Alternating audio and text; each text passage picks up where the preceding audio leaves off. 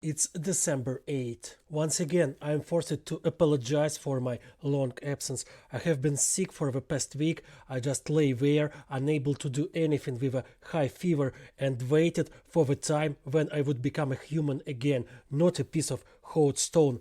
I don't know if it was COVID or the flu, but it was really hard. I was only able to get out of this state by a call from the United States, from a reporter from the Atlantic magazine. He called me yesterday to get a short comment on what the possible cessation of supplies of shells from the United States would mean for Ukraine. It was supposed to be a short conversation, one main question, a couple of clarifying ones, and that's it. The comment is ready. But we talked for almost an hour because these shells are the most important thing for Ukraine now. They are simply the guarantee of our survival. I will try to briefly summarize the main thoughts of my story so that you understand what I mean. Remember, I often mention Russian meat waves in this podcast, suicidal attempts of the enemy to occupy Ukrainian positions by the forces of only the infantry without the participation of any equipment. These suicidal assaults in which the Russians are simply killing their soldiers by the thousands are carried out only because we have artillery and shells for it, thanks to which a tank or an armored personnel carrier does not live on the battlefield for more than a few minutes. If we did not have the opportunity to destroy their equipment from a distance, the Russians would not attack with suicide infantry. They would simply drive their armor onto our positions into our cities.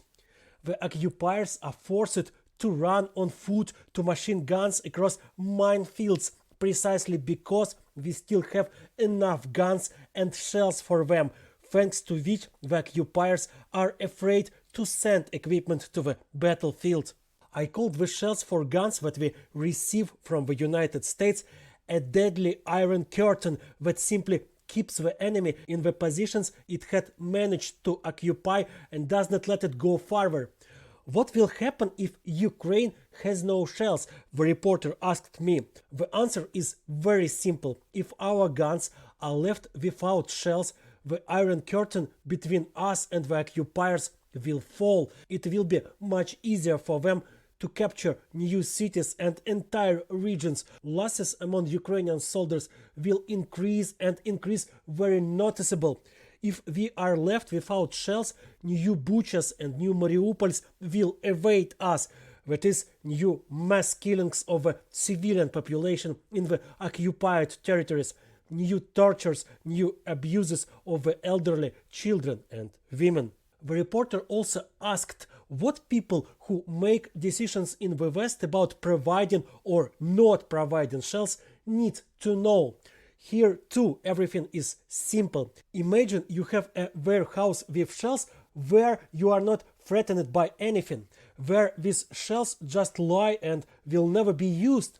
And somewhere there is a country in which real concentration camps will appear without these shells, in which thousands of people will die a very terrible death if their defenders are left without shells.